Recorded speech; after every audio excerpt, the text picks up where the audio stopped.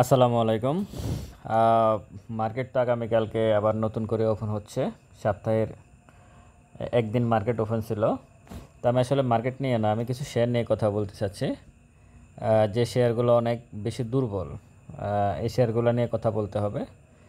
আপনারা আসলে শেয়ারগুলোতে বিনিয়োগ কতটুকু করবেন, কি করবেন না, এটা একটা বিষয়। কিছুদিন আগে ঢাকা স্টক এক্সচেঞ্জ কয়েকটা কোম্পানি ভিজিট করছে শেয়ারগুলোর দুর্বলতা, মানে তাদের কোম্পানির উৎপাদন ঠিক আছে কিনা এই বিষয়গুলো দেখার জন্য।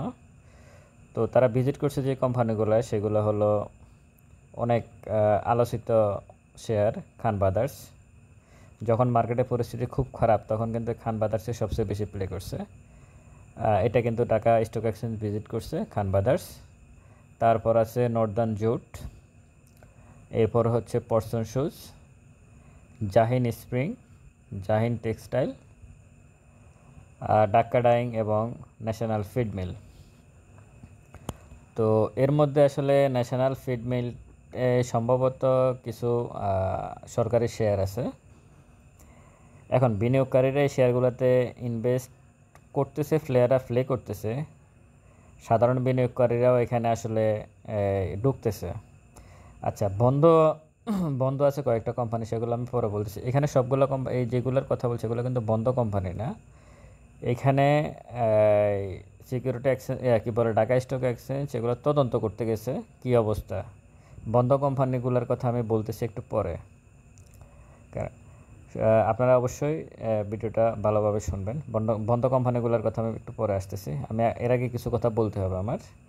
সেটা হচ্ছে আইসিবি জুলাই মাসে বিগত সরকারের সময়ে, ডক্টর ইউনূসের সরকারের সময় না, বিগত সরকারের সময় তারা সিদ্ধান্ত নিয়েছিল তারা আর এই বস্তা ফসা কোম্পানিগুলোতে তারা ইনভেস্ট করবে না। এখন যে খান ব্রাদার্স বা যাই বলেন, এই শেয়ারগুলো যতটুকু প্লে করতেছে, এটা কিন্তু ব্যক্তি শ্রেণীর বিনিয়োগকারী মার্কেট মেকাররা কিন্তু এগুলোকে প্লে করাচ্ছে। যখনই আইসিবি তো সিদ্ধান্ত নিয়েছে শেয়ারগুলোতে প্লে করবে না, এখন তো আরোই এটাকে বলে শেয়ার কিনবে না, এই শেয়ারগুলো কিনবে না। তারা যখনই ভালো শেয়ারগুলোতে ঢুকবে, ভালো ভালো ফান্ডামেন্টাল শেয়ারগুলোতে যখন ঢুকবে আইসিবি, আর আইসিবিকে বিগত সরকার 5,000 কোটি টাকা ঋণ দেওয়ার কথা ছিল, সেটা কিন্তু এই সরকার হয়তো 5,000 কোটি টাকা দিবে না, কিন্তু কিছু না কিছু টাকা ঋণ দিবে।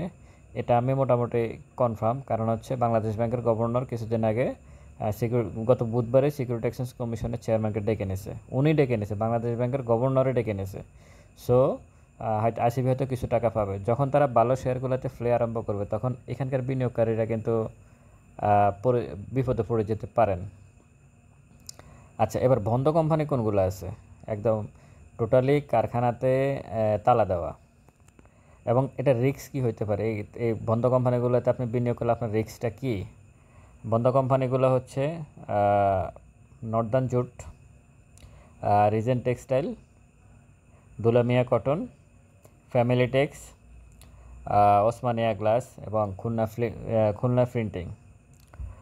তো এর মধ্যে ওসমানিয়া গ্লাসটা সরকারি শেয়ার, এখানে সরকারি অনেকগুলো শেয়ার আছে। কিন্তু কিছুদিন আগে ওসমানিয়া গ্লাস আর খুলনা প্রিন্টিং এই দুটা শেয়ার ভালো প্লে করতেছে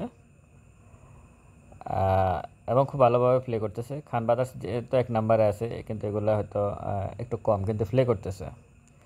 এখন এগুলার কোম্পানিগুলোতে কিন্তু তালা দেওয়া, এটুকু মাথায় রাখবেন।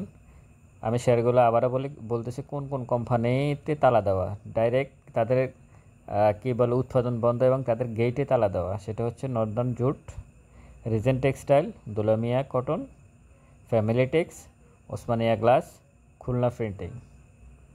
এই 1 2 3 4 5 6টা কোম্পানি, এই 6টা কোম্পানি তালা দেওয়া। আচ্ছা, এখন আপনার রিস্ক কী? মনে আছে কি না আপনাদের যে ইউনাইটেড এয়ারওয়েজ বন্ধ হয়ে গেছিলো সালমান এফ রহমানের? তো এটা এই শেয়ারগুলোর কিন্তু কোনো ফান্ডামেন্টাল কোনো বেস নেই, কিছু নাই। এখন আপনারা মনে মনে অনেক রাগ হইতে পারেন যে এই বিশেষ করে খান ব্রাদার্স নিয়ে, যেখানে আমাদের ইনভেস্ট আছে, আপনি এগুলো কী বলেন? আবার করতে পারেন, আপনার টাকা আপনি কোথায় ইনভেস্ট করবেন সেটা আপনার ব্যক্তিগত ব্যাপার। আমার জায়গা থেকে আমার কথা বলার দরকার আছে বিধায় আমি বলতেছি। আপনার যদি খান ব্রাদার্স নিয়ে থাকে সেটা ভিন্ন বিষয়। এখন আপনার রিস্কটা কী হতে পারে শেয়ারগুলোতে বিনিয়োগ করলে? ইউনাইটেড এয়ারওয়েজ বন্ধ হয়ে গেছে।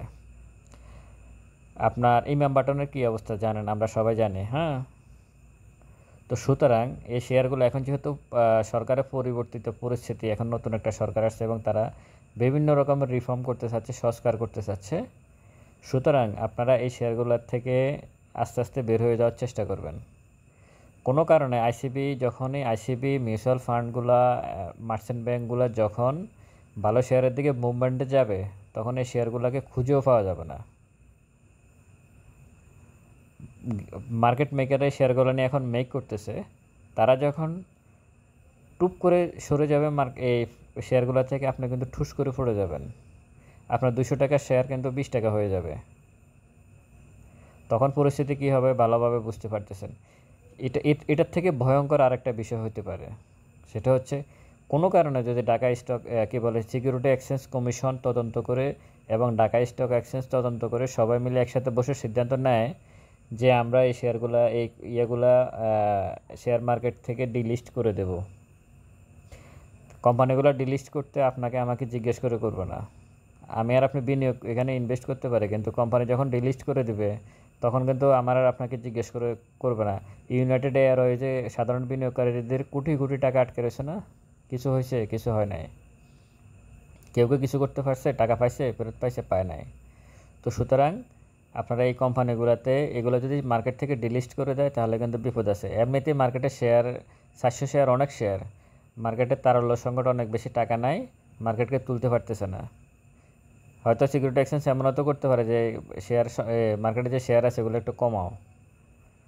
সিদ্ধান্ত যে কোনোটাই আসতে পারে, কোনো হিসাব নিকাশ না। এখন যেহেতু পরিবর্তিত পরিস্থিতি, অনেক কিছু হতে পারে। সুতরাং আপনারা এই শেয়ারগুলো থেকে সাবধান থাকবেন।